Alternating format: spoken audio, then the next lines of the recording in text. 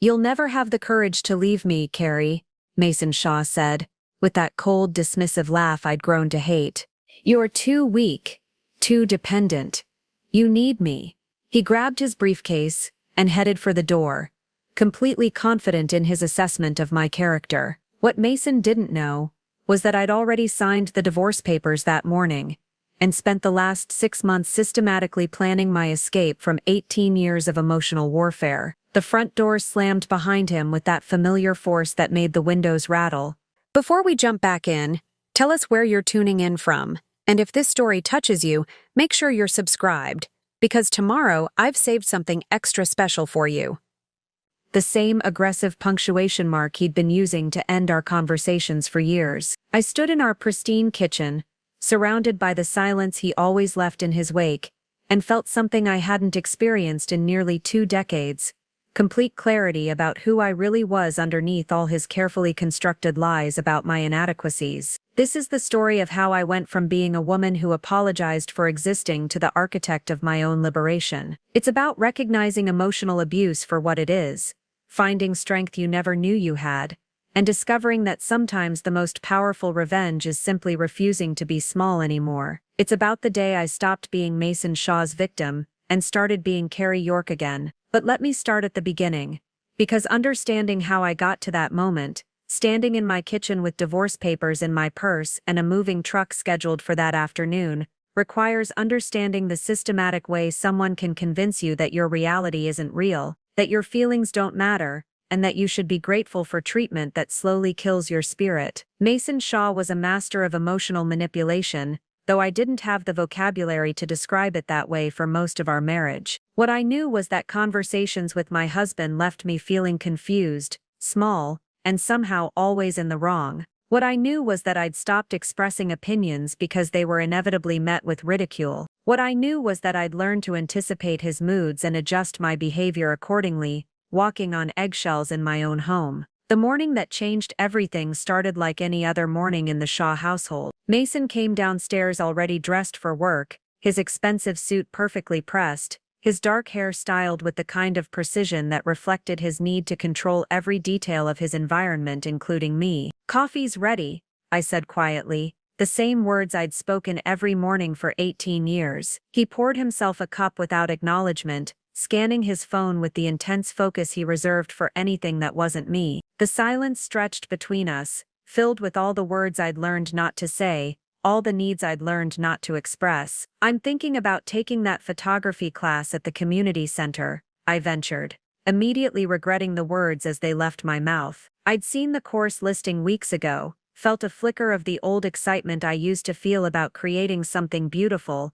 but I'd kept the idea to myself until this moment of temporary courage. Mason looked up from his phone with that expression I knew so well, the slight raise of his eyebrows that communicated both surprise and disappointment that I'd dared to speak without being spoken to. "Photography?" He said the word like it tasted bad. "Carrie, you can barely manage the household responsibilities you already have. Do you really think you need another hobby to neglect?" The casual cruelty was so familiar I almost accepted it automatically. Almost, but something was different that morning. Maybe it was the way the sunlight was streaming through our kitchen window, illuminating the life I'd built around his preferences. Maybe it was the realization that I'd stopped having dreams because he'd taught me they were foolish. Maybe it was just that after 18 years of diminishment, I'd finally reached my limit. "I think I'd enjoy it," I said quietly, my voice barely above a whisper. "Enjoy it?" Mason laughed, but there was no humor in the sound.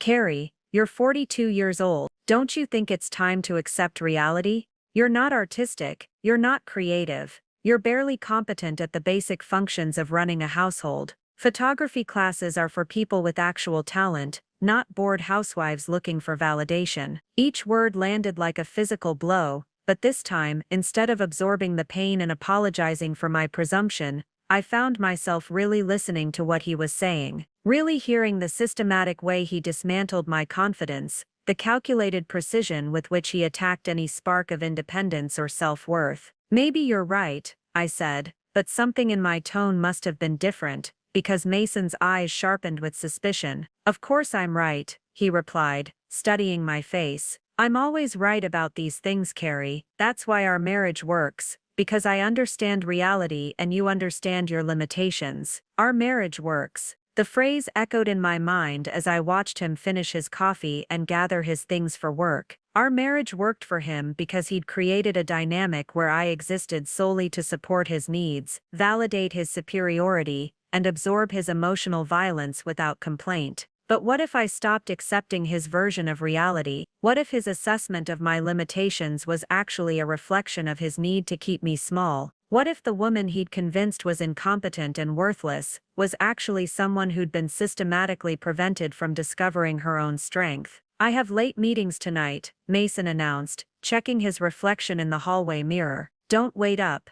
Late meetings. The same excuse he'd been using for months, delivered with the casual confidence of someone who knew his wife would never question his whereabouts, never demand accountability, never challenge his authority. Of course, I replied automatically. He paused at the door, turning back with that expression that always preceded his most devastating attacks on my self-worth. And Carrie, let's drop this photography nonsense. You embarrass yourself when you pretend to be more than you are. I'm trying to protect you from that kind of humiliation. The door slammed behind him, and I stood in the sudden silence of our kitchen, feeling something crack open inside my chest. Not breaking, opening. Like I'd been holding my breath for 18 years and suddenly remembered how to breathe. He was trying to protect me from humiliation? Or was he trying to protect himself from the threat of a wife who might discover her own worth, her own voice, her own power? For the first time in years, I allowed myself to consider the possibility that Mason Shaw might be wrong about me. Completely, fundamentally wrong. And if he was wrong about my limitations, what else might he be wrong about? That thought, dangerous, rebellious, liberating, planted itself in my mind like a seed that had been waiting 18 years for the right conditions to grow. I was about to find out exactly how much Mason Shaw had underestimated the woman he'd spent nearly 2 decades trying to destroy. I met Mason Shaw when I was 24 years old, fresh out of college with a degree in graphic design and dreams that felt as big as the sky. I was Carrie York then, confident, creative, full of ideas and energy. I had plans to start my own design studio, to travel, to create art that would make people feel something beautiful and true. Mason was 28, already climbing the corporate ladder at Clyde Financial Services as an investment advisor. He was charming in that polished, professional way that made me feel sophisticated just by being in his presence. He wore expensive suits, drove a luxury car, and had this way of making me feel like I was the most fascinating woman in any room. Our early courtship was a whirlwind of expensive dinners, weekend getaways, and conversations where he seemed genuinely interested in my artistic ambitions. He'd ask about my design projects, encourage my creativity, and tell me how refreshing it was to meet someone with real talent and vision. "You're going to do amazing things, Carrie," he'd say, stroking my hair as we lay in bed talking about our futures. "I can see it in you, this incredible creative energy. I want to support that. I want to be part of your success." The shift happened so gradually I barely noticed it happening.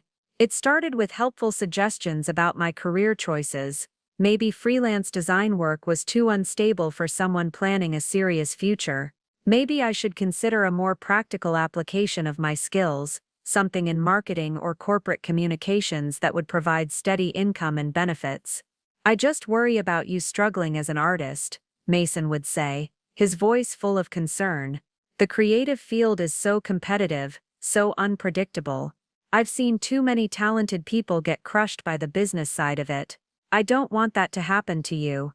His concern felt like love, his practical advice seemed wise and protective. When he suggested I take a position at a mid-sized marketing firm instead of pursuing freelance work, I convinced myself it was a smart compromise. I could build my portfolio while earning steady income, then transition to independent work once I was more established. But the marketing job turned out to be soul-crushing work creating generic advertisements for products I didn't care about. My creativity withered under the demands of corporate mediocrity, and my portfolio remained static, while I churned out forgettable campaigns for quarterly quotas.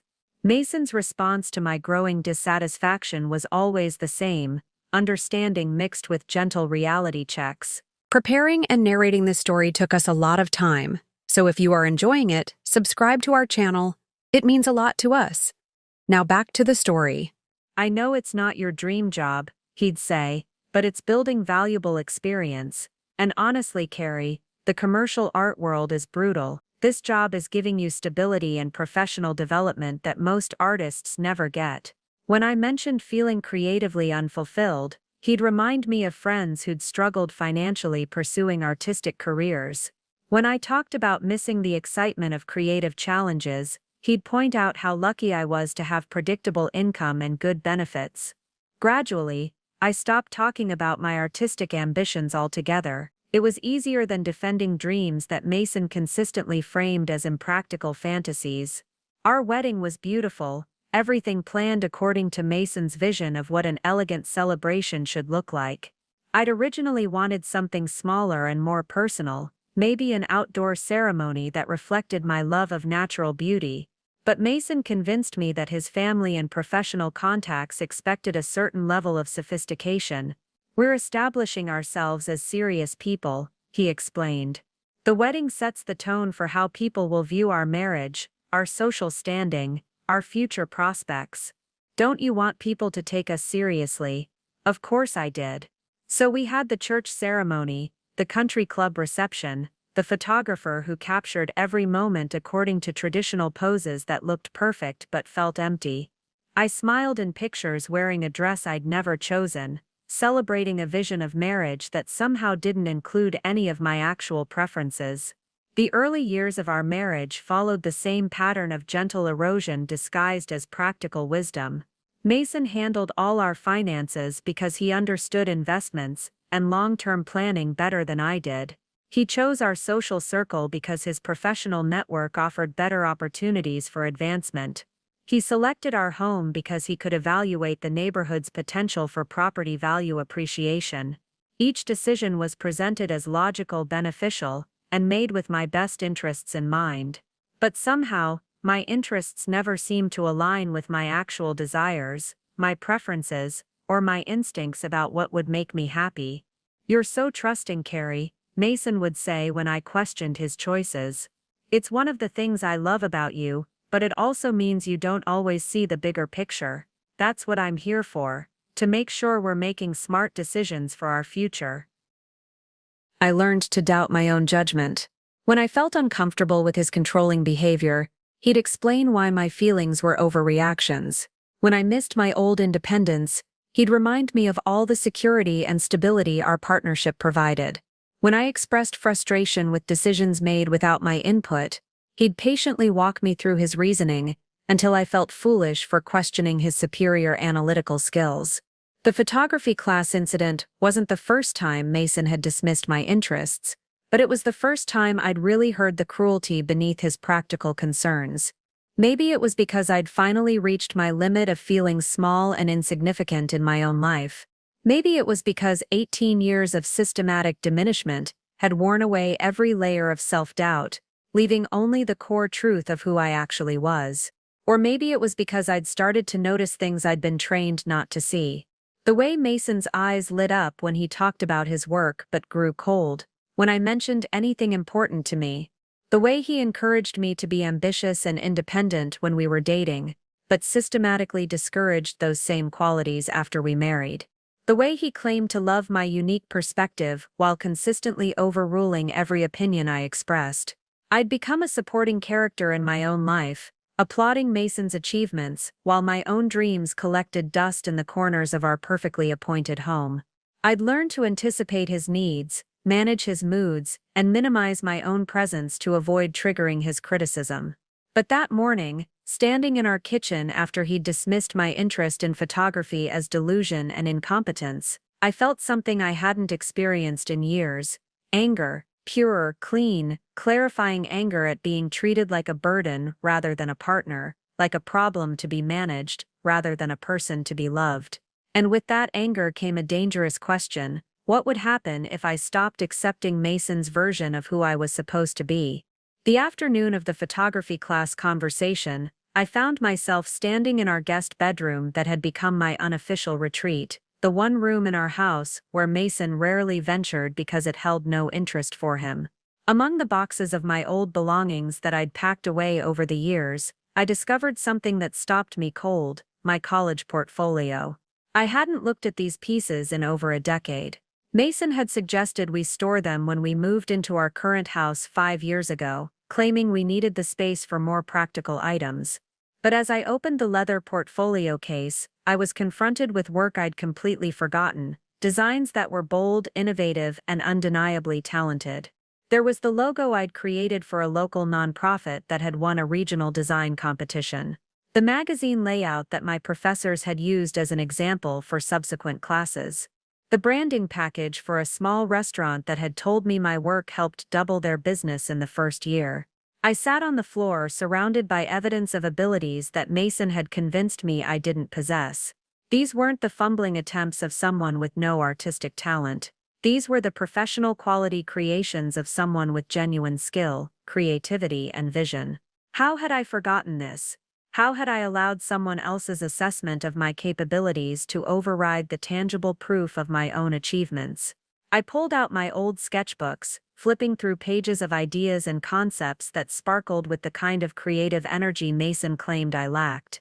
Drawing after drawing showed a mind that thought in visual solutions, that could take complex problems and translate them into elegant, effective designs.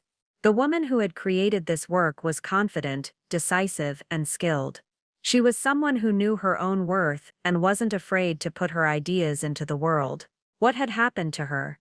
I knew exactly what had happened. Mason had happened. For 18 years, he'd been systematically rewriting my personal history, convincing me that my successes had been flukes, that my confidence had been naive arrogance, that my ambitions had been unrealistic fantasies. He'd taken a woman who knew her own value and convinced her she was worthless. But the evidence was right here in my hands. I hadn't imagined my talent. I hadn't overestimated my abilities. I had been genuinely good at what I did, and Mason had spent our entire marriage convincing me otherwise. The realization hit me like a physical blow. If he'd been wrong about my artistic abilities, what else had he been wrong about? How many other aspects of my personality, my intelligence, my worth had he systematically distorted? I thought about all the times he'd dismissed my opinions as emotional or illogical. All the times he'd made financial decisions without consulting me, because I didn't understand complex matters. All the times he'd overruled my preferences, because I had poor judgment about important choices. What if my judgment wasn't poor?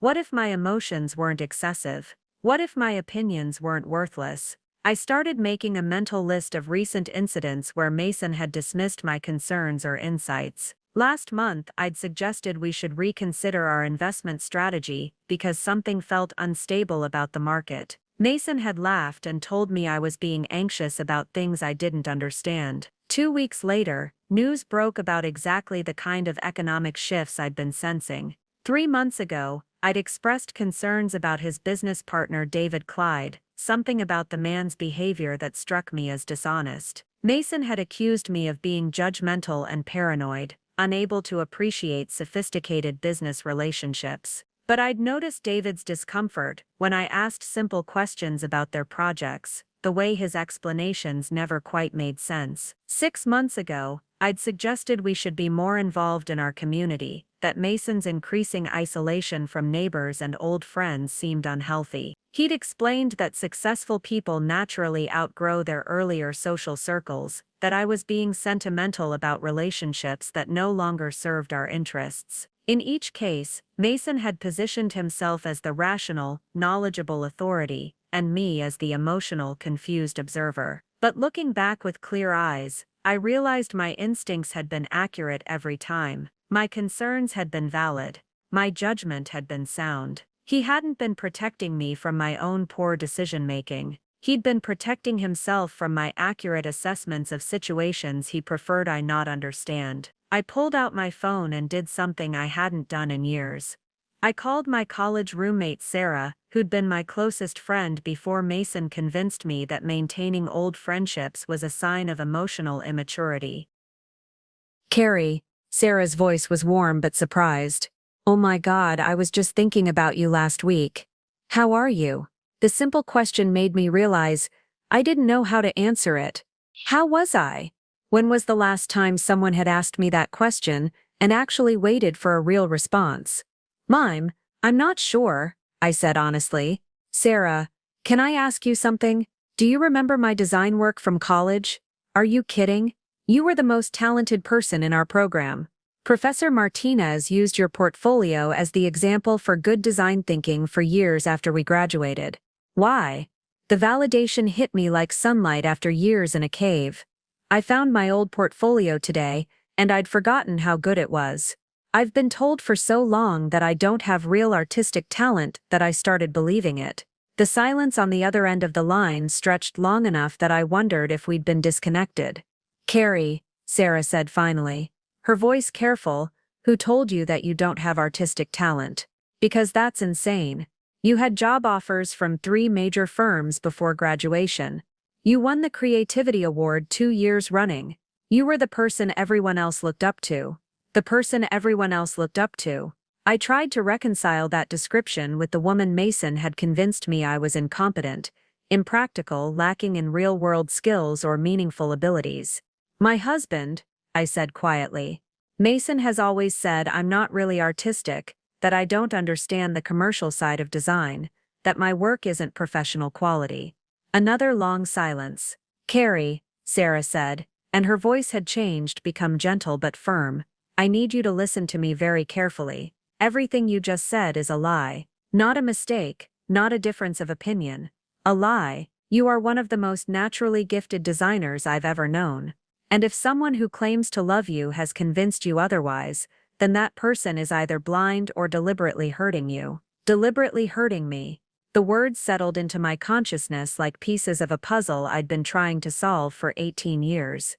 What if Mason's dismissal of my abilities wasn't protective concern? What if it was deliberate sabotage? After hanging up with Sarah, I sat in that guest bedroom surrounded by evidence of my own competence, feeling like I was seeing my life clearly for the first time in 18 years. But the human mind has an incredible capacity for self-protection, and mine immediately began working overtime to rationalize what I'd discovered. Maybe Mason wasn't deliberately undermining me. Maybe he genuinely believed his assessments of my limitations. Maybe his constant criticism came from a place of concern rather than control. Maybe I was overreacting to what was simply his honest opinion about my abilities.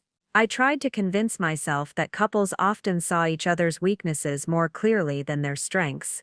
Perhaps Mason was just being realistic about my artistic skills while I was being overly sentimental about old college work. After all, there was a big difference between student projects and professional success in the real world. But even as I tried to rationalize his behavior, specific memories kept surfacing that challenged my explanations.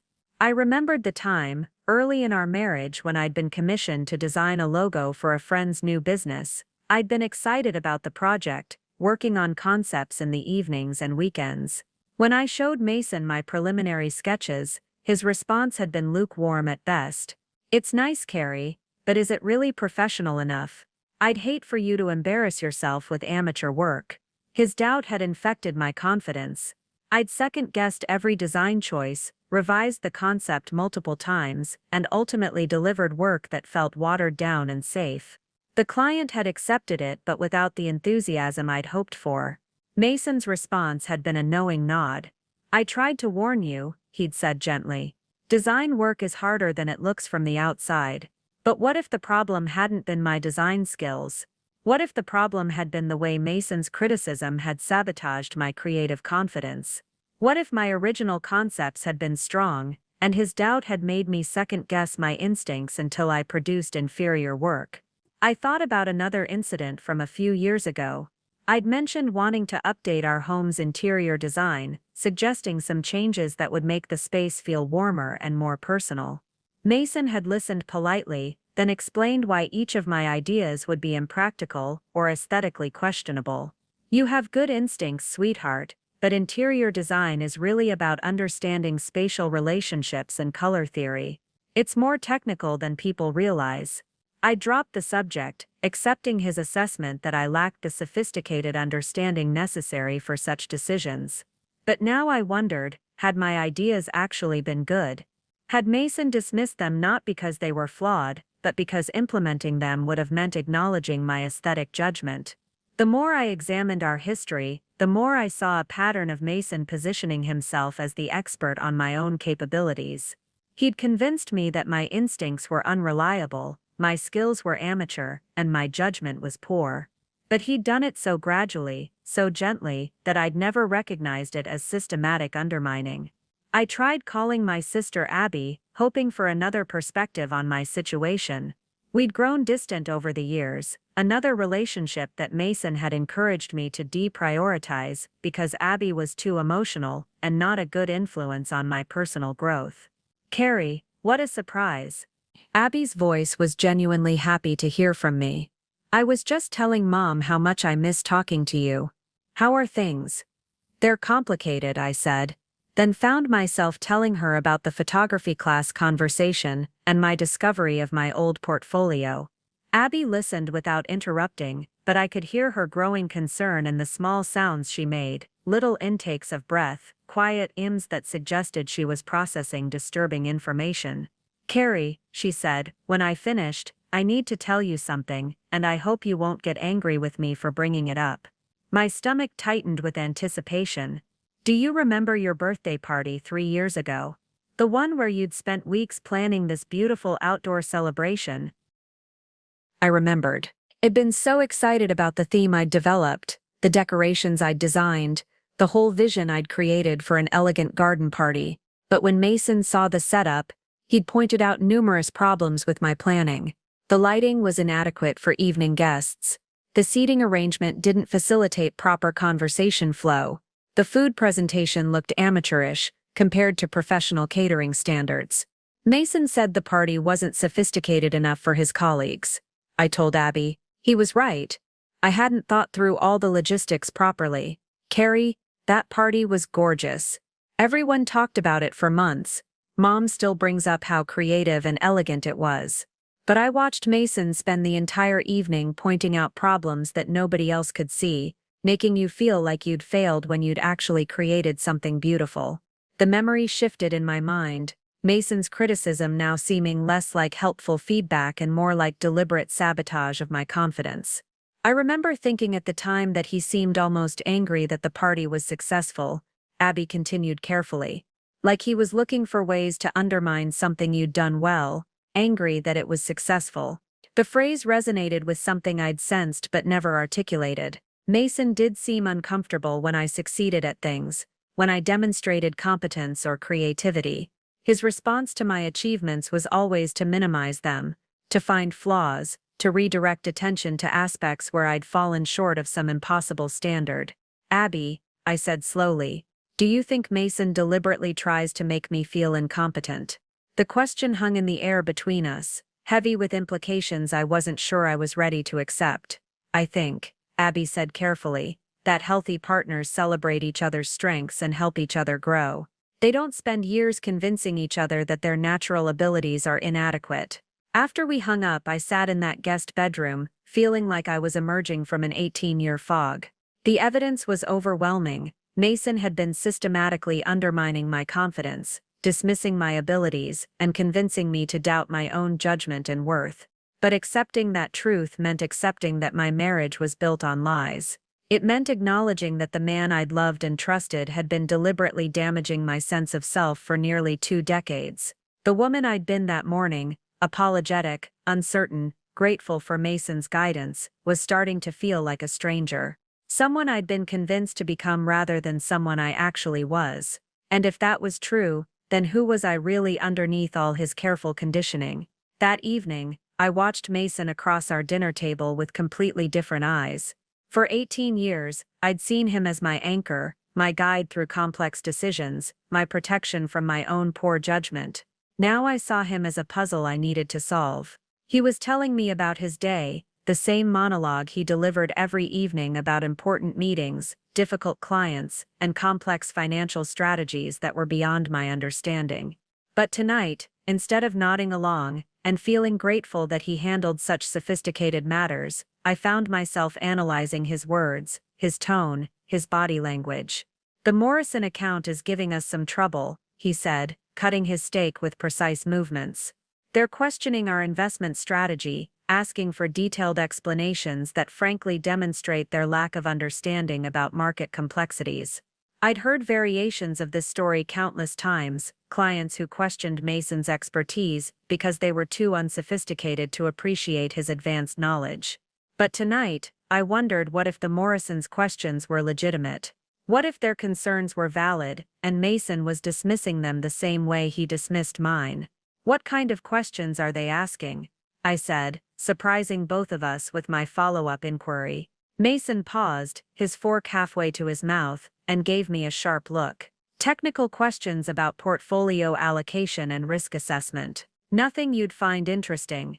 There it was, the automatic dismissal, the assumption that my curiosity was inappropriate or pointless. But instead of accepting the shutdown, I pressed gently forward. "Try me," I said, with a small smile. "I might understand more than you think." Something flickered across Mason's face, annoyance, maybe, or surprise that I wasn't backing down immediately. "Carrie, trust me, you don't want to hear about yield curves and derivative exposure ratios. It's incredibly boring, unless you have the background to understand the implications." The condescension was so smooth, so practiced, that I realized he'd been using this exact formula for years. Claim the subject was too complex for me, then add that it would bore me anyway, then conclude with an assessment of my inadequate background knowledge. "Maybe I'd like to learn about those things," I said, keeping my voice light and curious rather than challenging. Mason set down his fork and studied me with the kind of intense focus he usually reserved for his work. "Where is this coming from? You've never shown interest in financial matters before." Maybe I've never felt like my interest was welcome before. The words came out before I'd consciously decided to say them, and they hung in the air between us like an accusation. Mason's expression shifted through several emotions: confusion, irritation, and something that looked almost like fear. "Of course your interest is welcome," he said, but his tone suggested the opposite. "I just don't want you to feel overwhelmed by information that takes years of study to properly understand." Years of study, as if basic curiosity about our family's financial situation required advanced degrees and professional certification, as if asking about his work was presumptuous rather than normal spousal conversation. "Well, maybe you could start with something simple," I suggested, "like how we're doing overall. Are we meeting our long-term financial goals?" Mason's jaw tightened almost imperceptibly. "We're doing fine, Carrie. You don't need to worry about these things. That's my job. But I'd like to understand, Carrie." His voice carried a warning edge. I knew well. "You're being unusual tonight. Is something bothering you?" The question was designed to make me retreat, to apologize for overstepping boundaries I'd apparently violated by showing curiosity about my own life. But instead of backing down, I found myself really looking at his face, studying the way his features had hardened with displeasure at my unexpected persistence. "I'm just interested in our life together," I said carefully. "Is that unusual?" "It's unusual for you to question things that are working perfectly well," Mason replied. "I handle the finances because I'm qualified to handle them. You focus on the household because that's where your strengths lie. Why would we want to change a system that's been successful for 18 years? Successful for whom?" The question formed in my mind but didn't reach my lips, because I was beginning to understand that success, in Mason's definition, meant his complete control over every significant aspect of our shared life. "You're right," I said, offering him the submissive agreement he expected. I don't know why I was being so curious. Relief flooded Mason's features, and his familiar condescending smile returned. "It's okay, sweetheart. Sometimes we all get ideas that don't really make sense. That's why it's important to have someone who understands the bigger picture. Someone who understands the bigger picture, not someone who can help you understand, or someone to discuss things with, but someone who understands while I, presumably, could not." After dinner, Mason retreated to his home office to finish some important work, leaving me to clean up the kitchen and reflect on what I'd learned from our conversation. His resistance to my questions hadn't been protective, it had been defensive. He'd acted like someone guarding secrets rather than someone simplifying complexities out of consideration. As I loaded the dishwasher, I found myself wondering what else Mason might be protecting me from understanding. If he'd been wrong about my artistic abilities, if he'd been systematically undermining my confidence in my own judgment, what other aspects of our life together might not be what they seemed? For the first time in 18 years, I felt genuinely curious about the man I'd married. Not curious in the admiring way I'd once been, but curious in the way I'd investigate a character whose motivations didn't quite add up. And I was beginning to suspect that Mason Shaw had been playing a very long game that I was only now learning how to see. Over the next 2 weeks, I became a detective in my own life. Every conversation with Mason became an opportunity to test my growing theory that his protective concern was actually systematic control. Every dismissive comment became evidence in a case I was building against the man I'd trusted for 18 years. I started small, asking innocent questions that any wife might reasonably pose about their shared life. When Mason mentioned a work conference in Denver, I asked which hotel he'd be staying at. His response was vague and slightly irritated, as if my curiosity about his travel arrangements was inappropriate nosiness rather than normal spousal interest. "It's some business hotel downtown," he said, without looking up from his phone. "I don't remember the name. David handles the booking details." When I suggested we should review our insurance policies since we were approaching middle age, Mason's reaction was swift and dismissive. "Our coverage is excellent, Carrie. I've already optimized everything for our situation. There's no need for you to worry about technical policy details." But I wasn't worried, I was curious, and his resistance to my curiosity was becoming a pattern I couldn't ignore. I began paying attention to details I'd previously overlooked. The way Mason's phone was always face down during meals, constantly buzzing with messages he'd glance at but never share. The expensive clothes and accessories that seemed to appear in his wardrobe without explanation. The business dinners that ran increasingly late, sometimes extending past midnight for client relationship building. Most tellingly, I noticed how Mason's mood seemed to correlate with his level of control over our conversations. When I asked direct questions or expressed independent opinions, he became tense and condescending. When I returned to my familiar role of agreeable support, he relaxed and became charming again. One evening, I decided to test this pattern more deliberately. I mentioned that I'd been thinking about redecorating our living room, describing some ideas I'd been developing for updating the space. Mason's response was predictably dismissive. "Carrie, you know interior design isn't really your strength. Remember the disaster with the guest bathroom? We ended up hiring professionals to fix your color choices." But I did remember the guest bathroom project, and my memory didn't match his version. I'd created a beautiful cohesive design that had received compliments from every visitor. The only person who'd criticized it was Mason, who'd nitpicked details until I'd lost confidence in the entire concept. "Maybe I could take some design classes," I suggested, watching his face carefully. "Brush up on current trends and color theory." "Classes?" Mason laughed, but there was no humor in the sound. "Carrie, you're 42 years old. Don't you think it's time to accept your limitations instead of chasing fantasies about talents you don't actually possess?" The cruelty was so casual, so automatic, that I realized this wasn't about design classes. This was about Mason's need to keep me convinced of my own inadequacy. I began researching emotional abuse online, typing careful search terms into browsers at the public library, where my internet activity couldn't be monitored. What I found was a detailed description of my marriage written by strangers who'd never met Mason or me. Systematic undermining of the victim's confidence. Check. Isolation from supportive relationships. Check. I'd lost touch with most of my college friends and family members over the years, usually after Mason expressed concerns about their negative influence on my personal growth. Financial control and withholding of information. Check. I had no independent access to our accounts, no clear understanding of our financial situation, and no involvement in major monetary decisions. Gaslighting. Making the victim question their own memory and perception of reality. Check, check, check. The clinical descriptions of emotional abuse tactics read like a manual for my marriage. Every strategy was familiar. Every technique was something I'd experienced.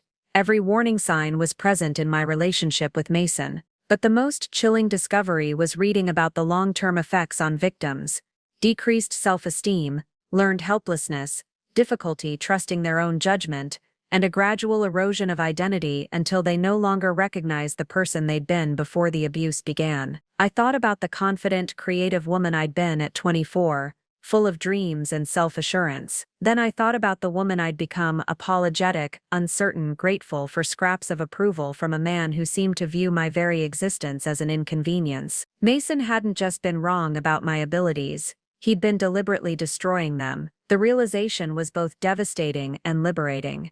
Devastating because it meant accepting that the man I'd loved had been systematically damaging me for 18 years. Liberating because it meant the problem wasn't my inadequacy, it was his cruelty.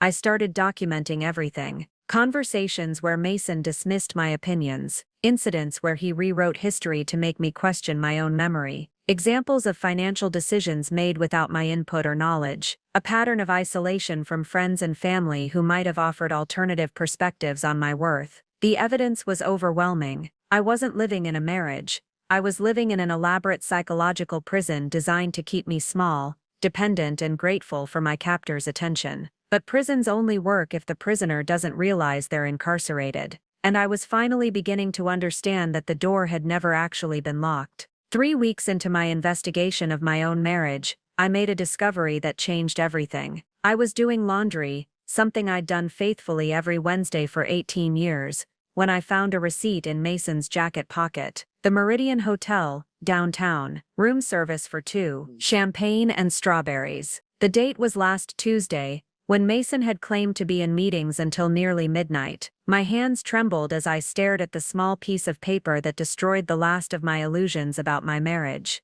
The emotional abuse had been devastating enough, but this was different. This was concrete proof that while Mason had been systematically destroying my self-worth, he'd also been betraying me in the most fundamental way possible. I sat on our bedroom floor, surrounded by his expensive clothes that I'd been dutifully caring for, and felt something crack open inside my chest. Not my heart breaking, that had been happening slowly for 18 years. This was something deeper, the final shattering of my willingness to make excuses for him. But I didn't confront him immediately. Instead, I did what I'd learned to do over the past month. I investigated. I began paying attention to Mason's schedule with forensic precision. The late nights that had become increasingly frequent, the business trips that seemed oddly timed, the new cologne he'd started wearing, the way he'd become protective of his phone, taking it with him even to the bathroom. I noticed how he'd started working out more regularly, updating his wardrobe with younger, trendier clothes, how he'd begun getting expensive haircuts, and had recently bought contact lenses to replace the glasses he'd worn for years.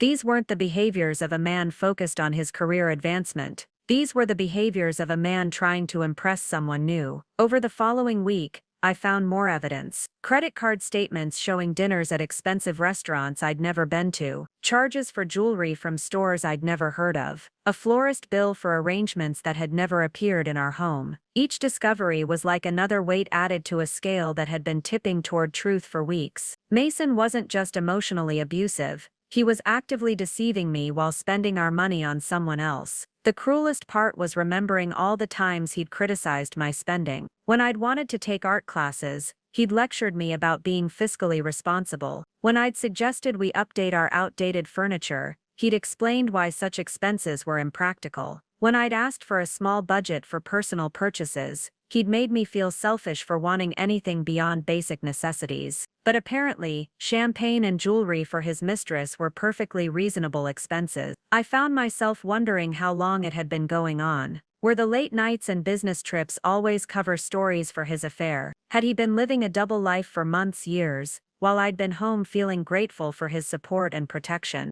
The questions consumed me. I started checking our credit card statements more carefully, looking for patterns I'd previously ignored. I found charges dating back over a year to restaurants, hotels, and boutiques that painted a clear picture of an ongoing relationship. Mason had been methodically betraying me while simultaneously convincing me that I was lucky to have him, that I was too incompetent to survive without his guidance, that I should be grateful for his patience with my limitations. The psychological manipulation was almost worse than the affair itself. He'd been systematically destroying my confidence while living a secret life funded by our joint resources.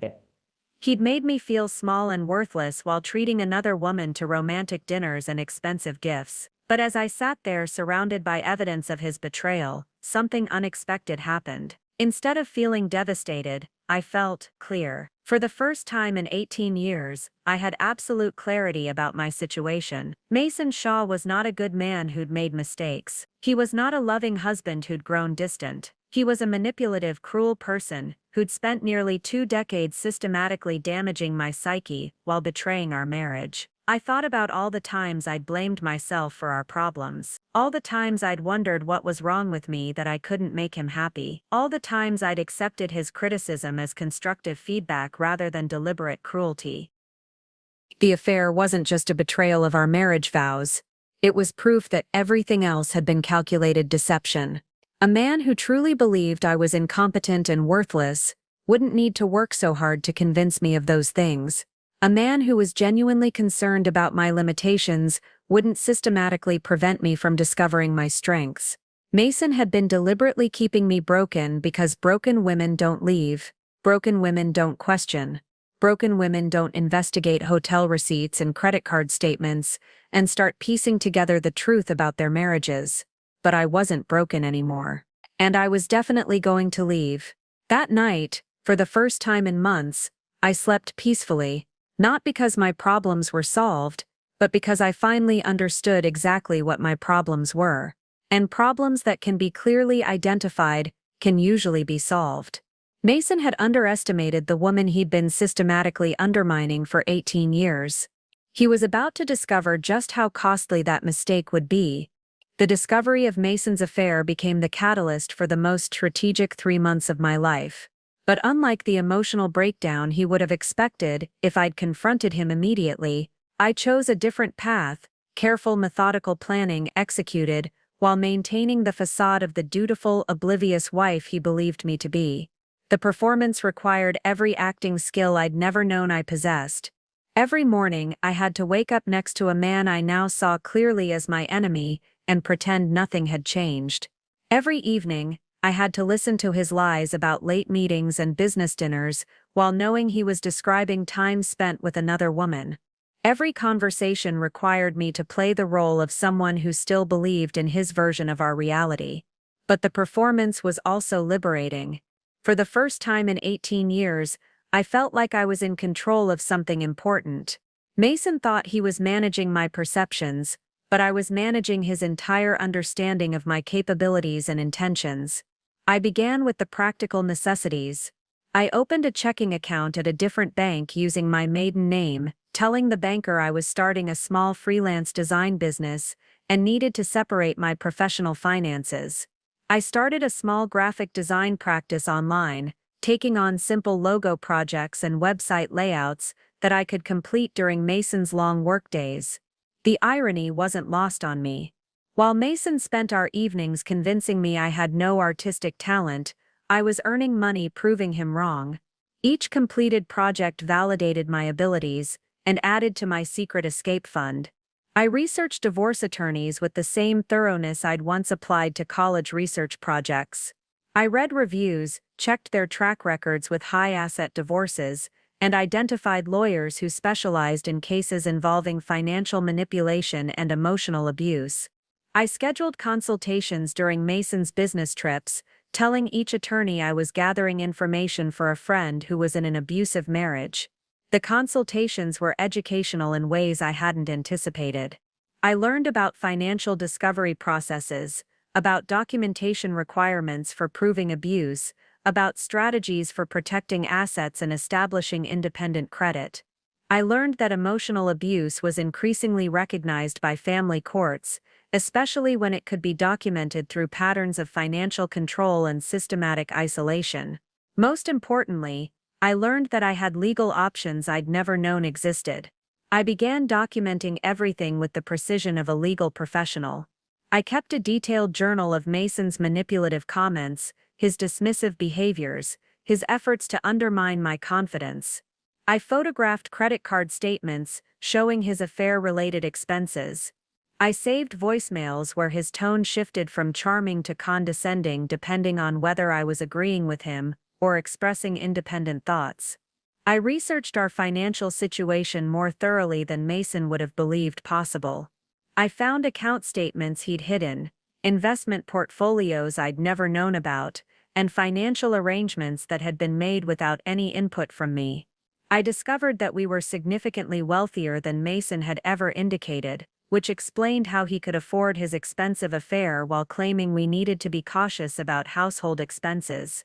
The most crucial part of my preparation was rebuilding my support network. I reached out to old friends Mason had encouraged me to distance myself from over the years. I reconnected with my sister Abby, apologizing for the years of reduced contact, and gradually explaining my situation. I joined a support group for women in emotionally abusive relationships, using a different name and meeting them in a neighboring town where Mason would never think to look for me. Each conversation with supportive people reinforced what I was beginning to understand. The woman Mason had convinced me I bore no resemblance to the woman I actually was. My friends remembered me as confident, creative, and intelligent. My sister reminded me of achievements Mason had trained me to minimize. The support group helped me recognize patterns of abuse I'd been conditioned to accept as normal. I started physical preparation as well. I began working out regularly, not for Mason's approval but for my own strength and confidence. I updated my wardrobe with clothes that reflected my own taste rather than Mason's preferences. I got a new haircut that made me feel like myself for the first time in years. Mason noticed some of these changes, but interpreted them through his usual lens of condescension.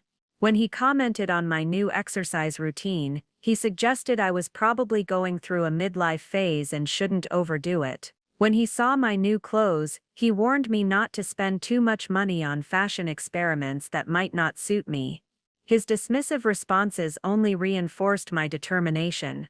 Every patronizing comment reminded me why I was leaving. Every attempt to undermine my confidence provided more evidence for my documentation. Every lie about his whereabouts gave me more time to prepare for my escape.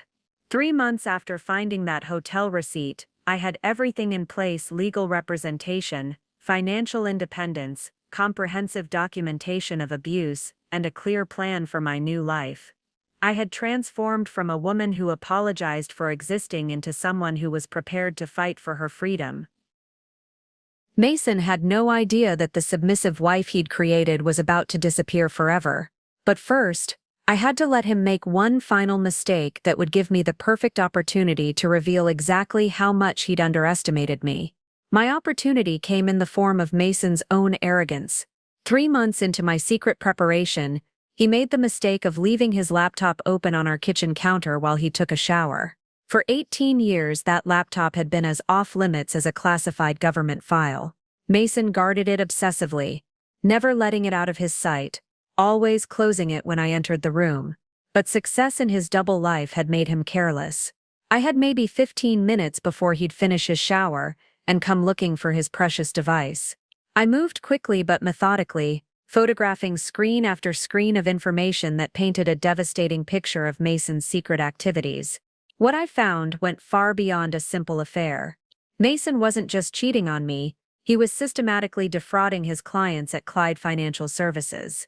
Email chains showed him moving client funds into personal investment accounts, skimming fees that were never disclosed, and creating fake portfolio statements to hide his theft. The amounts were staggering: over $2 million diverted from retiree accounts, pension funds, and college savings plans. His mistress, I discovered, was named Samantha Clyde, the daughter of his business partner David. She wasn't just an affair, she was an active participant in the fraud scheme, using her position as a junior associate to access client accounts and manipulate records. The email exchanges between them were nauseating. They mocked their elderly clients as easy marks and celebrated successful thefts like they were legitimate business victories. They discussed expensive vacations funded by stolen retirement money and laughed about the suckers who trusted them with their life savings. But the emails that cut deepest were the ones about me. "The wife still doesn't suspect anything," Mason had written to Samantha. "She's too stupid to understand basic finances anyway. I've spent 18 years convincing her she's incompetent, and she believes every word." Samantha's response was equally cruel. It's almost sad how pathetic she is. Grateful for scraps of attention from a man who can barely stand to be in the same room with her. At least she serves a purpose, perfect cover for our activities. They'd been using my ignorance as camouflage for their crimes. While I'd been home feeling grateful for Mason's financial management, he'd been stealing millions of dollars and using our marriage as his alibi for respectability. I photographed everything: bank statements, client lists, evidence of forged documents, proof of money laundering through shell companies. I captured the emails discussing their criminal activities and their contemptuous discussions of me. I documented a paper trail that would put both of them in federal prison for decades. As I heard the shower turn off upstairs, I closed the laptop and returned to the living room, my heart pounding but my mind crystal clear. I now had evidence of crimes that dwarfed the emotional abuse I'd endured. Mason wasn't just a manipulative husband, he was a federal criminal who'd been using our marriage as cover for a massive fraud operation, but I couldn't go to the authorities as myself. If I reported Mason directly, he'd know I was the source, and I wasn't ready for that confrontation yet. I needed to maintain my cover while the investigation unfolded, gathering more evidence while he remained unaware of his exposure. That afternoon, I drove to a town 40 miles away and used a payphone outside an old diner to call the FBI's financial crimes hotline. I'd researched the process carefully, knowing that anonymous tips about financial fraud were taken seriously when they included specific, verifiable information. "I want to report a major financial fraud scheme," I told the agent who answered. "Multiple victims, millions in stolen retirement funds, ongoing criminal activity." I provided detailed information about Mason's operation, client names, account numbers, specific dates of fraudulent transactions. I described the shell companies, the fake statements, the systematic theft from elderly clients who trusted him with their life savings. "This is very specific information," the agent observed. "Are you involved in the company in some way?" "I have access to evidence," I replied carefully. "But I need to remain anonymous for my own protection. These people are dangerous, and I'm afraid of retaliation." I arranged to send encrypted files containing the photographs I'd taken, using a secure server the FBI provided. Within hours, federal investigators would have comprehensive evidence of Mason's crimes, complete with financial records and email correspondence proving intent to defraud. "We take these cases very seriously," the agent assured me. "If your information checks out, we'll begin an investigation immediately." As I drove home, I felt a strange mixture of exhilaration and terror. I'd just set in motion events that would destroy Mason's entire world: his career, his freedom, his carefully constructed facade of respectability. There would be no recovery from federal fraud charges, no way to charm his way out of decades of systematic theft. But I'd also crossed a line I could never uncross. I was no longer just a wife planning to divorce her abusive husband. I was a federal informant whose actions would send the father of someone's children to prison for the rest of his life. Yet as I thought about all the elderly clients who'd trusted Mason with their retirement savings, all the families who'd believed in his integrity, all the dreams that had been shattered by his greed, I felt no regret. Mason had built his fortune on lies and theft. It was time for the truth to collect its due. The morning I planned to serve Mason with divorce papers, he woke up in an unusually cheerful mood. He hummed while he shaved, wore his most expensive suit, and actually attempted conversation during breakfast. He was probably celebrating some recent success in his criminal enterprise, or planning another romantic getaway with Samantha, completely unaware that federal agents were already building a case that would destroy everything he'd stolen. "You seem happy," I observed, watching him butter his toast with the same precise movements he used for everything in his controlled little world. "Just feeling optimistic about some new opportunities," he replied, that familiar condescending smile playing at his lips. "Big developments at the firm. David and I are about to close some very lucrative deals." Big developments indeed. I wondered if he'd still be smiling when those deals became evidence in his federal prosecution. Mason checked his phone constantly throughout breakfast, typing responses with the kind of urgent intensity that suggested important communications with his co-conspirators. His confidence was almost painful to watch, knowing what was coming for him. "Actually," he said, setting down his phone and looking at me with sudden focus, "I've been thinking about something important. Maybe it's time we had a serious conversation about your future. My stomach tightened, but I kept my expression neutral. My future? Well, you've been going through some kind of phase lately, Mason continued, his tone gentle but patronizing. All this talk about photography classes, the questions about our finances, the sudden interest in things that have never concerned you before. It's like you're trying to be someone you're not. Here it came. The speech I'd heard variations of for 18 years, the systematic dismantling of my confidence designed to keep me grateful for his management of my life. I think you're having what people call a midlife crisis, Mason explained, as if he were a doctor delivering a diagnosis. It's completely normal for women your age to start questioning their choices, to wonder if they missed out on something, but it's important to be realistic about your actual capabilities. Realistic about my capabilities. The phrase that had haunted me for nearly 2 decades. The constant reminder that I was fortunate to have someone who understood my limitations better than I did. What I'm trying to say, Mason continued, reaching across the table to pat my hand in that condescending way I'd once found comforting, is that you need to accept who you are instead of chasing fantasies about who you think you could become. The irony was staggering. While Mason lectured me about accepting reality, he was living in a complete delusion about his own invincibility. While he warned me against unrealistic expectations, he was stealing millions of dollars and believing he'd never face consequences. You're probably right, I said, giving him the submissive agreement he expected. I have been feeling a bit lost lately. Relief flooded Mason's features. He loved nothing more than a wife who recognized her place and appreciated his guidance. It's okay, sweetheart, he said, his voice taking on that patronizing tone he used when he felt particularly magnanimous. That's what I'm here for, to help you stay grounded in reality. Some people are dreamers, and some people are doers. There's nothing wrong with being a dreamer, as long as you understand your limitations. Dreamers and doers, as if the two categories were mutually exclusive, as if creativity automatically meant incompetence, as if the woman sitting across from him hadn't spent 3 months methodically building a federal case against him while he remained completely oblivious. I've been thinking we should take a vacation, Mason announced, obviously pleased with his successful management of my midlife crisis. Somewhere relaxing where you can get back to focusing on the things that actually matter. Maybe that little bed and breakfast in Vermont you used to like. The suggestion was revealing. Mason wanted to isolate me from whatever influences he thought were causing my recent independence. A quiet weekend, where he could reinforce my dependence and remind me why I needed his protection from my own poor judgment. That sounds nice,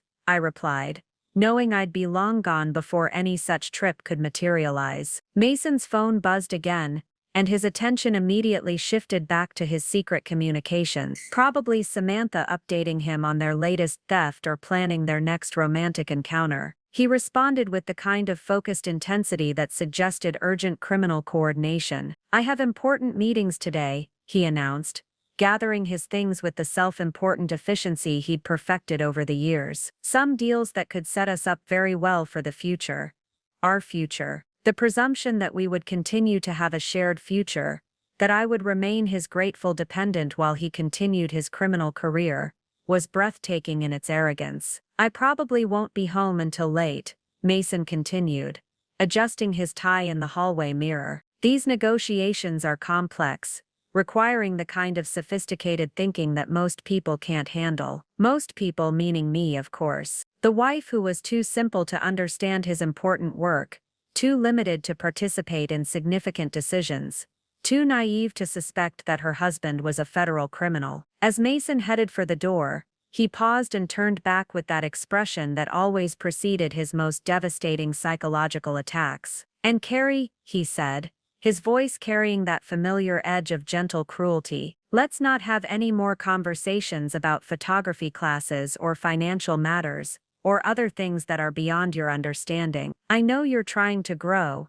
but some limitations are permanent. I'm just trying to protect you from embarrassing yourself." The door closed behind him with that same aggressive force he'd been using for 18 years, leaving me alone in the sudden silence of our kitchen. But this time, his dismissive exit felt like liberation rather than abandonment. Because Mason Shaw had just delivered his final lecture about my limitations to a woman who was about to show him exactly how wrong he'd been about everything. 2 hours after Mason left for his important meetings, I sat in my kitchen with 3 envelopes spread before me on the same table where he'd just finished lecturing me about my limitations. The first contained divorce papers, filed that morning and signed with my full legal name, Carrie York, for the first time in 18 years. The second held copies of every piece of evidence I'd gathered about his financial crimes. The third contained something Mason would never expect: documentation of my secret business ventures that had earned me enough money to be financially independent. At 10:30 a.m.,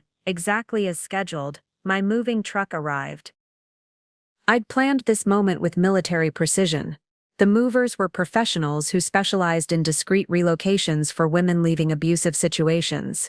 They worked quickly and efficiently, removing 18 years of my life from Mason's carefully controlled environment in under 3 hours. I took only what was legally mine: my personal belongings, family heirlooms, and the artwork I'd created during those brief periods when Mason had been too distracted by his criminal activities to monitor my creative pursuits. I left behind every gift he'd given me, every piece of furniture we'd selected together, every symbol of the life I'd been performing rather than living. The movers were loading the last boxes when my phone rang. Mason's name appeared on the screen, and I realized he must have come home early to check on me, probably suspicious about my calm acceptance of his morning lecture. "Hello, Mason," I answered, my voice steady. "Where the hell are you?" His tone was sharp with panic. "There's a moving truck in our driveway, and half the house is empty." "I'm at my new apartment," I replied calmly. "I moved out this morning." The silence on the other end stretched so long I thought the call had dropped. "What are you talking about?" Mason's voice had shifted to that dangerous tone I knew well, the one that usually preceded his most vicious psychological attacks. "Carrie, if this is some kind of dramatic gesture because of our conversation this morning, it's not a gesture, Mason. I've filed for divorce." Another silence, this one filled with the sound of Mason's world beginning to crack. "You've what?" He was trying to maintain his authoritative tone, but I could hear the fear creeping in. "Carrie, you can't just file for divorce. You don't understand the legal implications, the financial complications. You need to discuss these things with me before making decisions you're not qualified to make." Even in crisis, he defaulted to the same pattern, questioning my competence, asserting his authority, positioning himself as the rational adult managing an irrational child. "Actually, I understand the implications perfectly," I said. "I've been working with an attorney for 3 months. Everything has been thoroughly planned and properly executed." 3 months? The disbelief in his voice was almost comical. "That's impossible. You don't have the organizational skills to plan something like this. You couldn't coordinate a move without my help."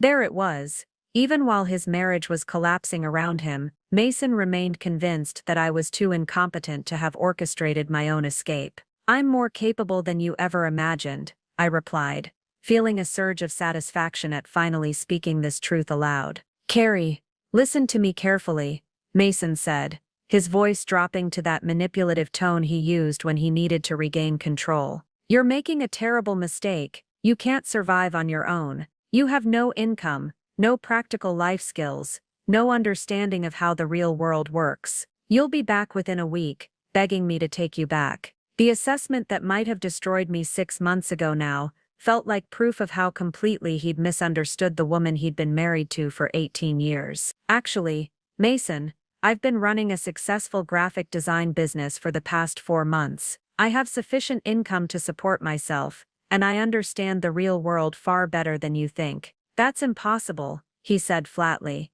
"You don't have the talent for professional design work. I've told you repeatedly that your artistic abilities aren't commercial quality." "You've told me many things that turned out to be lies," I replied. "About my abilities, about your work, about your late nights and business trips." I could practically hear him processing this, trying to understand how his carefully managed wife had developed the capability to investigate his activities. "What do you mean about my work?" His voice had become very quiet, very careful. "I mean, I know about the stolen client funds, Mason. I know about the fake statements, the shell companies, the money laundering. I know about Samantha Clyde, and your partnership in defrauding retirees. The silence that followed was different from the others. This wasn't shock or disbelief. This was the sound of a man realizing that his entire carefully constructed world was about to collapse. "I don't know what you think you've discovered," Mason said finally. But his voice lacked its usual confidence. "But you're obviously misunderstanding complex financial arrangements that are beyond your comprehension." "I'm not misunderstanding anything," I said. "And neither will the FBI when they receive the comprehensive evidence I've compiled about your criminal enterprise." "The FBI?" Now Mason's voice cracked completely. "Carrie, what have you done?" "I've done what you always said I was too stupid to do," I replied. "I've solved a complex problem through careful analysis and strategic action. I've protected innocent people from a criminal who was stealing their life savings. And I've finally stopped accepting your version of who I am." "You can't prove anything," Mason said, but the desperation in his voice suggested he knew otherwise. "Actually, I can prove everything. 18 years of marriage taught me one valuable skill, Mason. I learned to be very, very thorough when documenting the truth." The call ended with Mason shouting threats and accusations, but I barely heard them. For the first time in 18 years, his words had no power over me. I was finally free. Within 30 minutes of our phone call, Mason was pounding on the door of my new apartment. I watched through the peephole as he stood in the hallway, his expensive suit wrinkled, his perfect hair disheveled, his face contorted with a rage I'd never seen before. The composed, condescending man who'd lectured me about my limitations that morning had been replaced by someone desperate and dangerous. "Open this door, Carrie," he shouted, his voice echoing through the hallway. "We need to talk about this insanity immediately."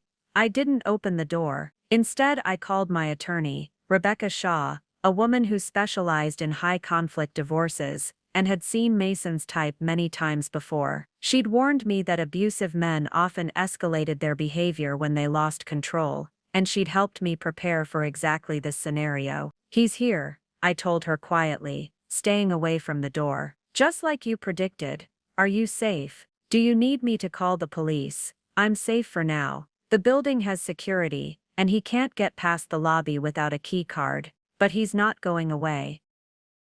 Mason's pounding intensified, and I heard him trying the door handle repeatedly. "Carrie, I know you're in there. This is ridiculous. You can't just disappear and refuse to discuss this like adults." Like adults. The phrase was rich coming from a man who was having a public tantrum in an apartment hallway because his wife had finally developed a spine. "I'm going to send someone to document his behavior," Rebecca said. "Keep recording everything. His reaction to losing control will be valuable evidence for our case." I started recording on my phone, capturing Mason's increasingly unhinged demands and threats. The polished, sophisticated businessman he presented to the world was disintegrating in real time, revealing the entitled, controlling man I'd lived with for 18 years. "You think you're so smart?" Mason yelled through the door. "You think you can just walk away from everything I've built for us? You don't have the intelligence or the strength to survive without me." The irony was staggering. While Mason screamed about my inadequacies from a public hallway, I was calmly coordinating with legal professionals, managing a crisis he couldn't handle, and demonstrating exactly the kind of competence he'd spent years convincing me I didn't possess. After 20 minutes of his ranting, building security arrived. I watched through the peephole as 2 uniformed guards approached Mason with professional calm. "Sir, we've had complaints about the disturbance," one of them said. "We need you to leave the premises immediately." Mason's response was predictably arrogant. "Do you know who I am? I'm Mason Shaw from Clyde Financial Services. This is my wife's apartment, and I have every right to speak with her." "Actually, sir, you don't," the guard replied. "This is a private building, and you're not on the resident's approved visitor list. You need to leave now, or we'll call the police." I could see Mason's face through the peephole, and the entitled fury there was more revealing than 18 years of marriage had been. This was who he really was when his careful control was stripped away. A man who believed rules didn't apply to him, that his professional status gave him the right to intimidate and dominate. "This is harassment," Mason shouted as the guards escorted him toward the elevator. I'm being denied access to my own wife by hired security. This is going to cost someone their job. Even while being forcibly removed from the building, Mason was threatening people's livelihoods, trying to use his perceived power to punish anyone who didn't submit to his demands. My phone rang as soon as Mason was escorted out. His name appeared on the screen, and I debated whether to answer. Rebecca had advised me to document all contact, so I accepted the call but didn't speak first. "This is insane, Carrie," Mason said, his voice now shifting to the manipulative tone he used when aggression failed. "You're destroying our entire life over some misunderstanding. Whatever you think you know about my work, you're wrong. You don't understand complex financial arrangements." "I understand theft, Mason. I understand fraud. I understand that you've been stealing from elderly clients while convincing me I was too stupid to manage our household budget." "You're being hysterical," he said, defaulting to another classic manipulation tactic. "You're emotional and confused, and you're making decisions that will ruin both our lives. Come home, and we'll discuss this rationally." "I am home," I replied. "This is my home now, and there's nothing to discuss. The divorce papers are filed, the evidence is with federal authorities, and I'm done being managed by someone who views me as a burden rather than a partner." "Federal authorities?" Mason's voice cracked again.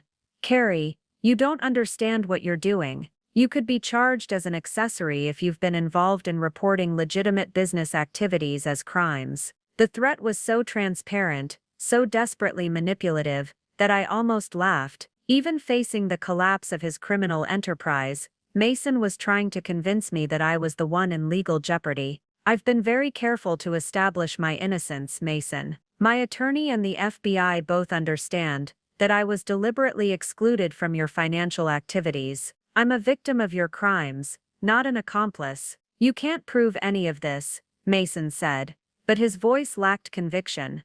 "I've already proven it. Bank records, email correspondence, client files, everything is documented and verified. Your criminal partnership with Samantha Clyde is fully exposed." The mention of Samantha's name triggered another explosion of rage. "How dare you spy on my private communications? That's invasion of privacy. That's illegal surveillance. Actually, photographing evidence of crimes isn't illegal. It's called being a responsible citizen." The call ended with Mason screaming threats about legal action, financial ruin and social destruction. But his words felt hollow now, like echoes from a past I'd finally escaped. For 18 years, Mason's anger had been my signal to apologize, to retreat, to make myself smaller until his rage subsided. Now it was simply confirmation that I'd made the right decision. The man who'd convinced me I was too weak to survive without him was having a complete breakdown because I'd proven him wrong about everything. 3 days after I served Mason with divorce papers, the FBI raided Clyde Financial Services at 8:47 a.m. on a Wednesday morning. I wasn't there to witness it, but the local news covered the story extensively, and I watched from my new apartment as federal agents carried boxes of evidence out of the building where Mason had spent 15 years perfecting his criminal enterprise. Federal authorities have arrested 2 individuals in connection with a multi-million-dollar investment fraud scheme, the news anchor reported. Mason Shaw and Samantha Clyde of Clyde Financial Services are accused of systematically stealing from client accounts over a period of several years. The footage showed Mason being led away in handcuffs, his expensive suit and perfectly styled hair looking absurd against the harsh reality of federal custody. The confident, condescending man who'd lectured me about my limitations just days earlier now looked small and frightened, surrounded by FBI agents who weren't impressed by his professional credentials or social status. Samantha Clyde was arrested at her luxury apartment, the one Mason's stolen money had helped furnish. The news showed her covering her face with a designer handbag as agents escorted her to a waiting vehicle, her youth and beauty offering no protection against the consequences of her choices. My phone rang within hours of the arrests. Rebecca, my attorney, was calling with updates about the investigation and its impact on our divorce proceedings. "The federal charges actually strengthen our case significantly," she explained. Mason's criminal activities establish a pattern of deception and financial abuse that extends beyond your marriage. The court will view his systematic theft as evidence of his character and his willingness to betray people who trusted him. What happens to the stolen money? I asked, thinking about the elderly clients who'd trusted Mason with their retirement savings. The FBI has frozen all assets connected to the scheme. Eventually, there will be a restitution process to return stolen funds to victims. But it's a complex procedure that can take years to complete.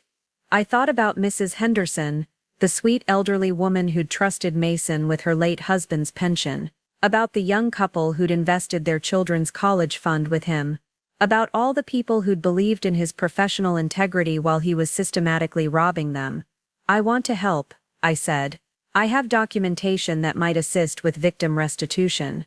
Financial records that could help identify exactly how much was stolen from each client. Rebecca was quiet for a moment. Carrie, you should know that cooperating with federal investigators might expose you to additional scrutiny. Are you prepared for that level of involvement? I'm prepared for whatever it takes to make this right, I replied. These people trusted Mason, and he betrayed that trust. If my evidence can help them recover their stolen money, then I want to provide it.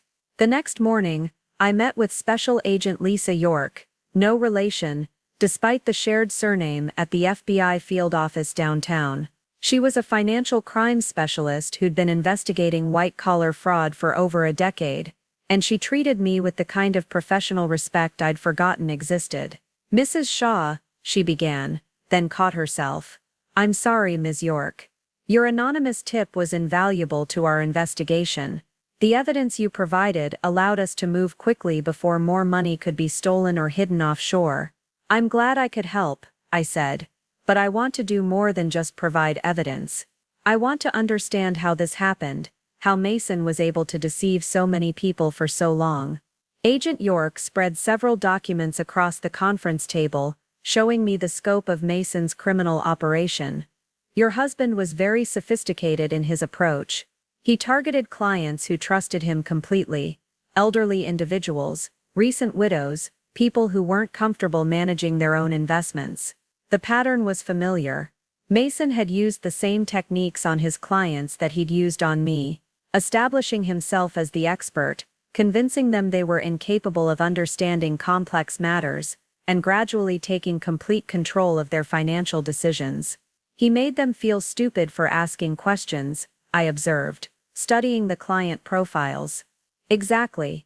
He convinced them that their concerns were naive, that their instincts were wrong, that they should be grateful for his superior knowledge. It's a classic pattern in financial abuse cases. Financial abuse. The term perfectly described what Mason had done to me for 18 years, and apparently to dozens of other people who'd trusted him with their money and their futures. The good news, Agent York continued, is that your documentation has helped us trace most of the stolen funds. We've identified the shell companies, the offshore accounts, and the fake investment vehicles Mason used to hide the money. Recovery will take time, but we're confident that most victims will eventually get their money back. As I left the FBI office that afternoon, I felt something I hadn't experienced in years, pride in my own capabilities. The same analytical skills Mason had dismissed as worthless had been instrumental in bringing down his criminal enterprise. The attention to detail he'd mocked as obsessive had provided federal investigators with the evidence they needed to protect future victims. The woman Mason had convinced was too stupid to understand his work had been smart enough to document his crimes and brave enough to report them to federal authorities. His assessment of my limitations had been wrong about everything. But his victims would get justice, and that was worth every moment of fear, every day of careful planning, every risk I'd taken to escape his control. Mason Shaw had finally faced someone he couldn't manipulate, couldn't dismiss, and couldn't intimidate into silence. And that someone was the wife he'd spent 18 years trying to destroy. 6 weeks after Mason's arrest, I received a call that added a layer of poetic justice to his downfall that even I couldn't have scripted. Special Agent York was calling with an update that would have been laughable if it weren't so perfectly fitting. Miss York, I thought you'd want to know about a development in your ex-husband's case, she said. her voice carrying what sounded suspiciously like amusement.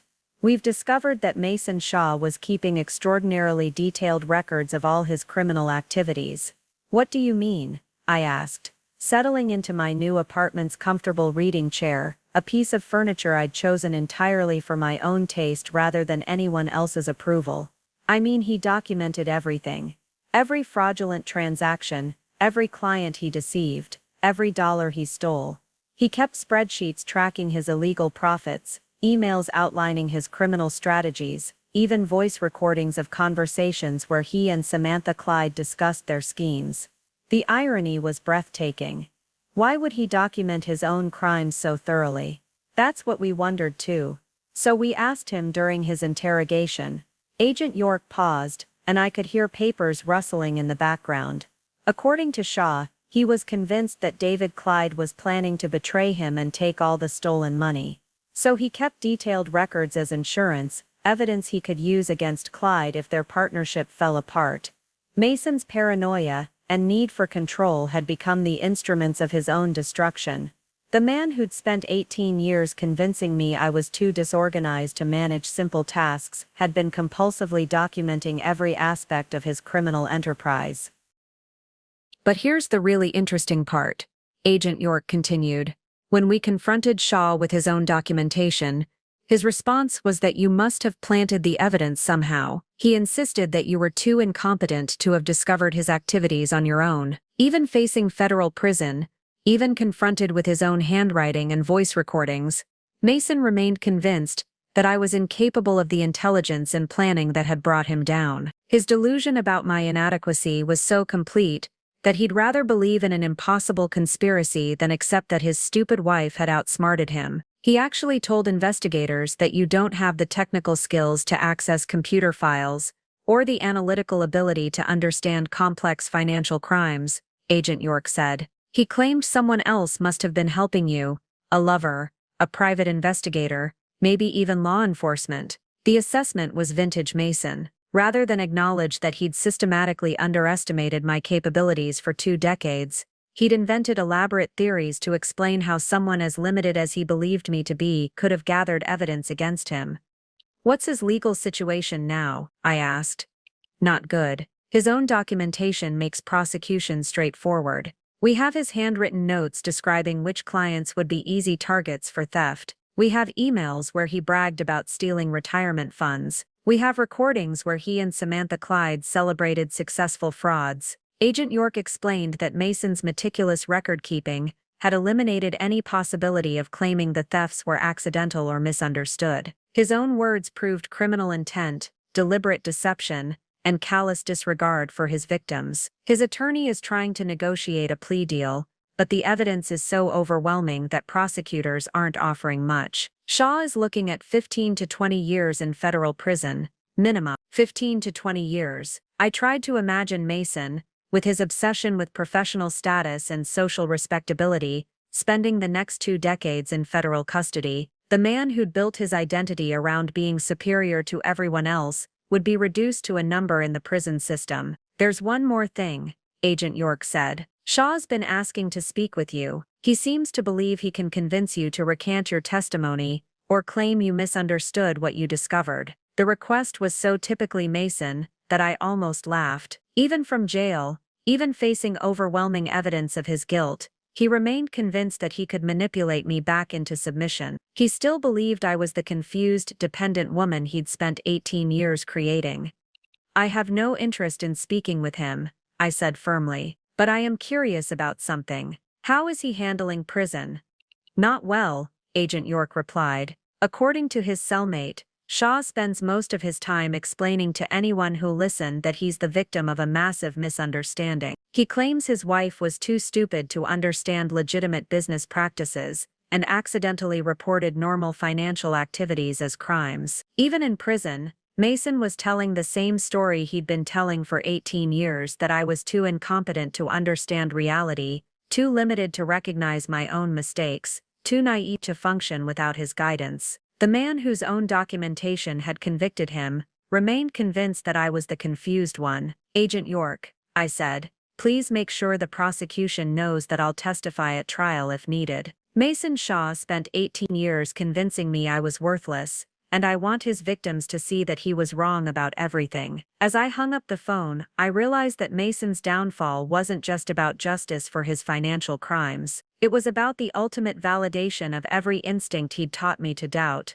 every opinion he'd dismissed as worthless, every capability he'd convinced me I didn't possess. The woman he'd systematically destroyed had become the architect of his destruction, and he still couldn't see how that was possible. 1 year after signing those divorce papers, I stood in the gallery space of my own design studio, surrounded by work that proved everything Mason had been wrong about. The opening reception for my first solo exhibition was in full swing, and I watched clients, colleagues and friends admire the creative work he'd spent 18 years convincing me I was incapable of producing. The studio itself was a testament to capabilities I'd forgotten I possessed. Clean lines, sophisticated color schemes, and innovative spatial solutions that had earned recognition from the design community and attracted a steady stream of high-end clients. The business that had started as a secret escape fund had evolved into something far beyond what I'd imagined possible. Carrie, the response to your rebranding campaign for Henderson Industries has been incredible,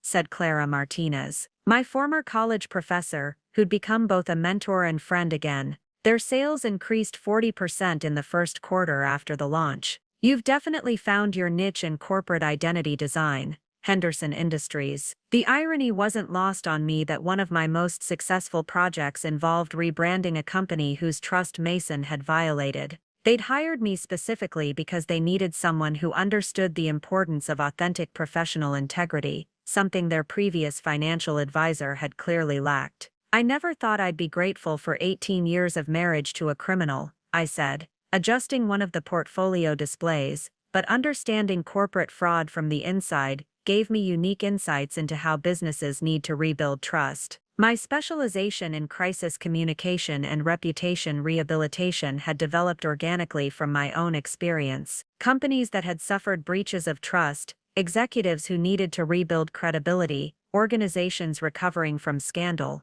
they all needed someone who understood how systematic deception worked and how authentic transparency could restore confidence. The work was challenging, creative, and personally meaningful in ways I'd never expected. Miss York. A young woman approached with the kind of nervous energy I recognized from my own early career. Hi, Abby Chen, a graphic design student at the university. Professor Martinez suggested I introduce myself. I'm working on my senior thesis about women who restart their careers after major life changes. Abby Chen. The surname gave me pause. I wondered if she was related to Mason's former partner in crime, Samantha Clyde, who'd reverted to her maiden name after her conviction. But this young woman radiated the kind of genuine enthusiasm and integrity that Samantha had never possessed. I'd be happy to talk with you about career transitions, I said. But I should mention that my story involves some difficult circumstances. Domestic abuse, financial fraud, federal investigations. It's not a typical professional journey. That's exactly why I want to hear it, Abby replied earnestly. I'm researching how women rebuild their professional identities after escaping controlling relationships. Your story represents hope for women who think it's too late to discover their real potential. Over the following weeks, I found myself sharing my experience more openly than I'd ever intended. The interview with Abby led to speaking engagements at women's shelters, articles in business magazines about financial abuse, and eventually a consulting practice focused specifically on helping women rebuild their careers after leaving abusive relationships. The support group I joined during my marriage had evolved into something larger, a nonprofit organization providing resources, mentorship, and financial assistance to women escaping emotional and economic abuse. I served on the board, using my business experience to help other women develop the practical skills they needed for independence. You know what I find most remarkable about your story, said Dr. Sarah Clyde, a therapist who worked with our organization and had no relation to Mason's criminal partners despite the shared surname. It's not just that you escaped an abusive marriage, it's that you recognized your own worth clearly enough to take such significant risks to preserve it. She was right. The decision to document Mason's crimes and report them to federal authorities had required a level of self-respect I'd thought was permanently damaged. It meant believing that I deserved better treatment, that my judgment was sound, that my life had value worth protecting. The woman Mason thought he'd created would never have had the courage to challenge him. I agreed. She would have stayed small, stayed grateful, stayed silent about everything she suspected but couldn't prove. But that woman was never real, Dr. Clyde pointed out. She was a performance you gave because you thought it was necessary for survival. Your real strength was always there, you just needed circumstances that allowed you to access it. On quiet evenings in my apartment, I sometimes thought about Mason serving his 15-year sentence in federal prison. According to Agent York, he'd continued insisting throughout his trial that I was too incompetent to have gathered evidence against him. His own attorney had eventually stopped trying to convince him that underestimating me had been his biggest mistake.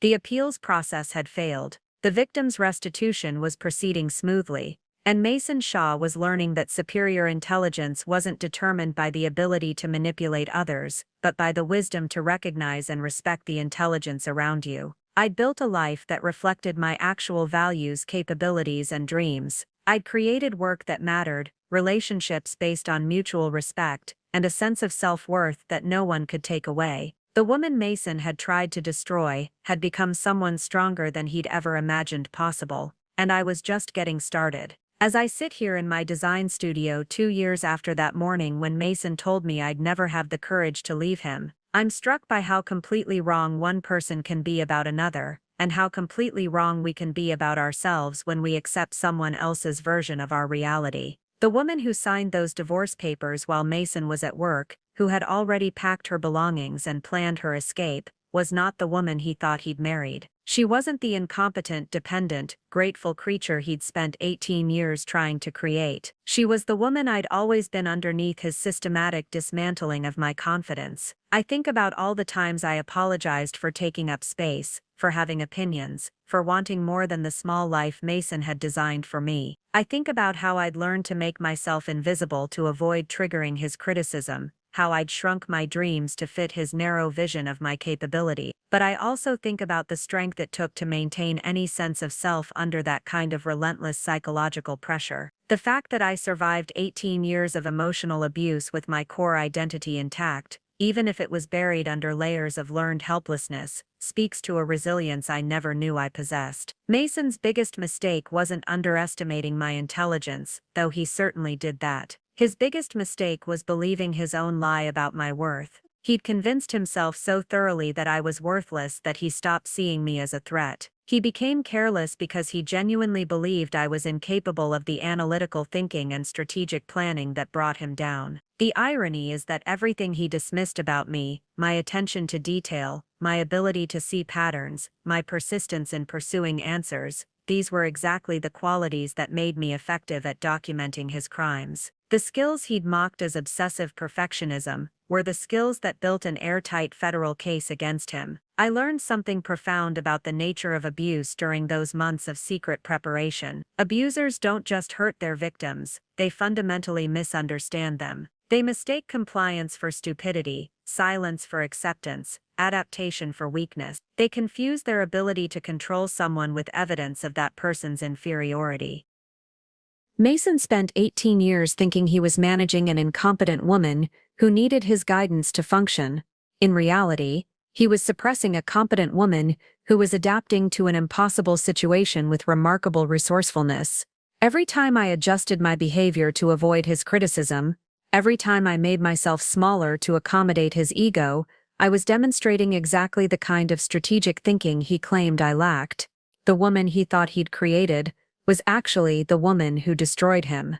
Today, when I help other women rebuild their lives after leaving abusive relationships, I always tell them the same thing: the person your abuser convinced you that you are is not real. The weakness he claimed to see, the limitations he insisted were permanent, the inadequacies he used to justify his control, none of that reflects your actual capabilities. You are so much more than the person someone else needed you to be to feel powerful. And discovering who you really are is the beginning of everything. If you're listening to this story and recognizing yourself in my experience, I want you to know something: you are not crazy, you are not overreacting, and you are not as helpless as someone has convinced you that you are. Maybe you're in a relationship where your partner dismisses your intelligence, questions your judgment, or makes you feel grateful for basic respect. Maybe you've started apologizing for having opinions, second-guessing instincts that used to guide you confidently, or making yourself smaller to avoid conflict.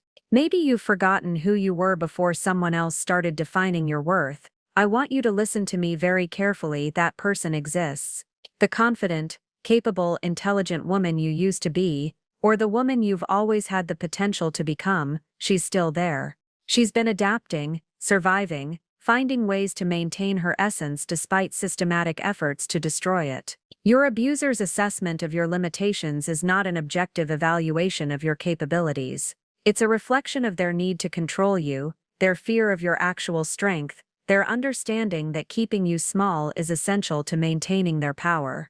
The same qualities that make you effective at managing an impossible relationship, the hypervigilance, the attention to detail, the ability to read emotions and adjust accordingly, these are not signs of weakness, they're evidence of remarkable intelligence and adaptability. You've been using sophisticated survival skills while being told you're incompetent. You've been making complex strategic decisions while being told you have poor judgment. You've been managing an abusive person's emotions while being told you're too emotional. You are already demonstrating the exact capabilities your abuser claims you lack. Start documenting things, not necessarily for legal purposes, though that might become important, but for your own clarity. Write down the conversations that leave you feeling confused. Record the incidents that make you question your own memory. Keep track of the promises that are broken, the explanations that don't add up, the patterns that emerge when you start paying attention. You'll be amazed at how much you actually see and understand when you stop accepting someone else's interpretation of reality. Reconnect with people who knew you before,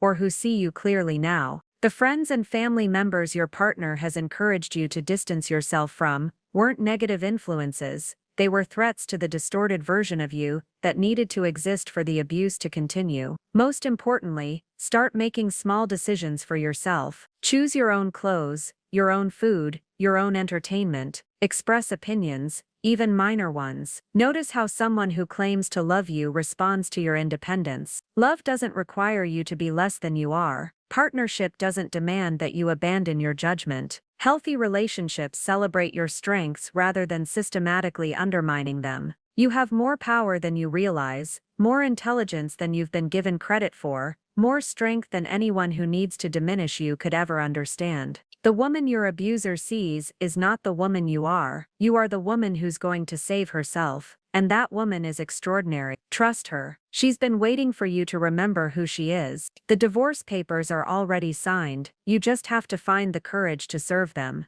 You've got this. Up next, you've got 2 more standout stories right on your screen. If this one hit the mark, you won't want to pass these up. Just click and check them out. And don't forget